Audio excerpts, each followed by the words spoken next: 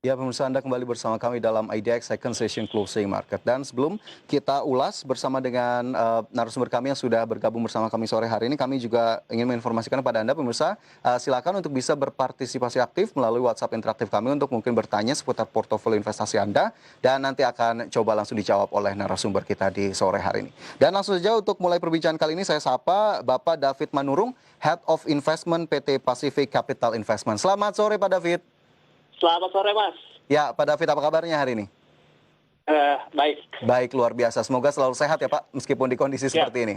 Ya, Pak David, ini langsung saja saya ingin tanyakan kepada Anda review dari pergerakan indeks harga saham gabungan di hari ini. Sepertinya IHSG cukup yakin sekali pergerakannya, pasar sepertinya cukup memberikan apresiasi begitu ya, terutama dilihat dari penguatan indeks harga saham gabungan hingga penutupan di sesi kedua melanjutkan pergerakan positif dari Jumat lalu. Apa kemudian yang menjadi catatan di hari ini, Pak David?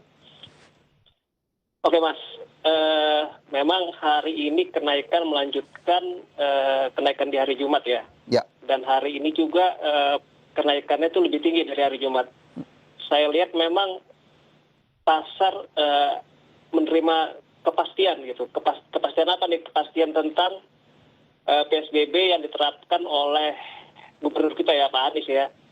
Artinya di sini kalau kita lihat itu kan pertama kali PSBB diumumin belum resmi itu kan hari Kamis.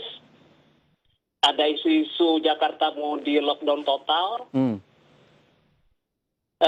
Itu hari Rabu, hari Kamisnya turun signifikan. Kemudian besoknya hari Jumat rebound ya. Ya. Nah, kemarin kan preskon dari DKI Gubernaris menyebutkan bahwa benar di DKI di lockdown, tetapi ada sektor-sektor yang masih diizinkan untuk beroperasi, gitu.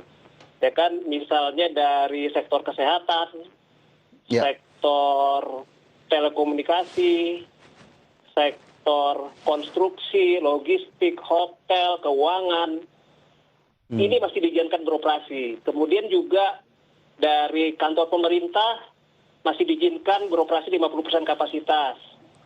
Kantor swasta 25%. Publik transportasi juga masih diizinkan 50%. Pasar, mall juga masih diizinkan dengan kapasitas 50%. Jadi artinya PSBB kali ini berbeda dengan yang pertama. Oke. Berarti bisa saya katakan ekspektasi investor atau pandangan terhadap PSBB kali ini tidak seketat dalam tanda kutip di PSBB sebelumnya begitu ya, Pak David? Ya, benar sekali, Mas. Oke, lantas adakah kemudian aksi-aksi yang cukup terasa pada pergerakan hari ini, terutama dari investor baik domestik ataupun asing, Pak David? Oke. Aksi yang terasa memang kita lihat dari seperti saya sebutkan tadi kan, ada kayak dari contohnya hari ini lah, IHSG kan plus 2,89%. Ya. Itu indeks sektoral properti konstruksi. Investor berespon optimis nih. Mall masih buka, sektor konstruksi masih diizinkan jalan. Naiklah saham-saham properti dan konstruksi. Kemudian juga bank juga masih diizinkan kan, masih diizinkan beroperasi. Itu memimpin kedua terbesar kenaikan indeks pada hari ini. Nah, kalau lihat dari investor, minat investor asing atau domestik, memang hari ini investor asing sih masih melakukan penjualan ya. Hari Jumat juga melakukan penjualan meskipun IHSG naik signifikan. Hari Jumat itu kalau nggak salah keluar 2 triliun kalau nggak salah. Dan hari ini juga masih keluar 300 miliar lebih lah. Masih keluar 300 miliar lebih. Gitu. Oke, jadi memang di tengah penguatan investor asing tetap melakukan net sell, tapi ternyata ada dua sektor utama tadi yang Anda sebutkan, ada properti konstruksi, kemudian juga ada sektor keuangan yang menjadi penopang utama dari IHSG. Nah, ini menarik sekali Pak David, tapi kita lihat apakah kemudian sentimen ini akan berlangsung sesaat saja atau Anda justru sudah memiliki proyeksi untuk besok hari, apakah penguatan masih akan berlanjut atau seperti apa Pak David? Oke, kalau lihat dari hari ini, saya melihat sih indeks sih menarik ya, karena pertama dibuka open gap. Ya kan? Itu artinya investor optimis tuh terhadap indeks kan. Nah, yang kedua dia juga bisa menutup gap di hari di hari Jumat kemarin ya, Ya. di hari Kamis kemarin yang turun signifikan.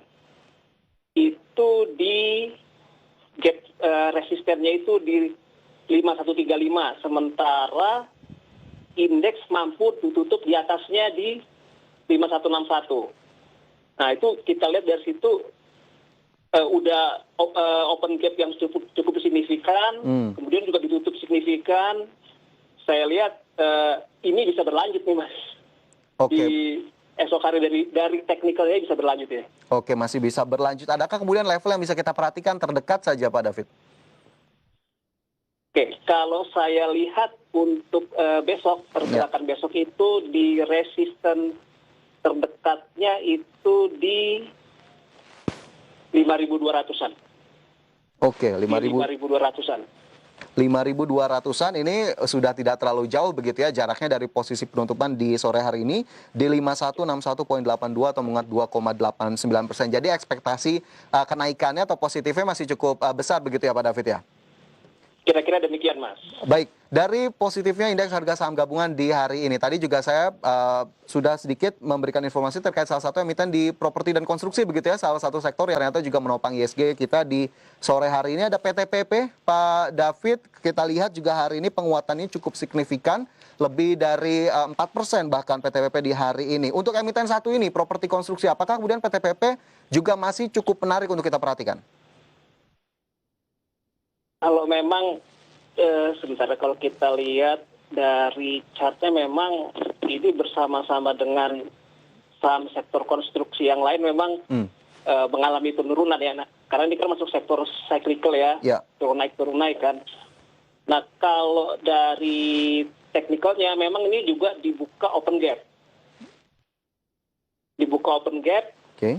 Dan untuk besok saya lihat sih ini untuk sektor-sektor konstruksi, khususnya untuk PTPP ya, karena mungkin mayoritas sebagian besar juga banyak dibuka open gap, kemungkinan besar sih besok akan koreksi sedikit, Mas. Dari sisi teknikal ya, dari sisi teknikal. Dari sisi teknikal ada sedikit koreksi, tapi adakah kemudian target yang bisa jadi acuan begitu Pak David? Mungkin banyak juga pemirsa yang saat ini akhirnya melihat sektor properti ternyata naiknya cukup signifikan sekali hari ini. Tapi apakah kemudian lagi-lagi itu ada sentimen tertentukah untuk sektor itu atau justru memang ini sudah mulai tanda-tanda recovery dari sektor ini? Oke, berita kemarin dari konferensi pers Pak Anies kemarin kan yang menyebutkan konstruksi bisa jalan itu merupakan salah satu angin segar begitu ya? Dasar yang kuat nih, sentimen positif lah untuk properti, untuk konstruksi ya kan, karena memang selama ini juga kalau kita lihat juga ini kedua sektor ini ketinggalan nih dibanding sektor-sektor lainnya, tapi memang wajar kan karena memang gara-gara lockdown seperti ini, gara-gara pembatasan aktivitas ekonomi, ya sektor konstruksi juga kena.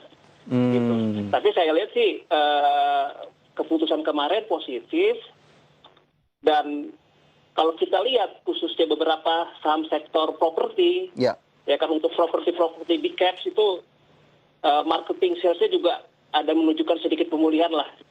Oke. Dalam tahun berjalan ini.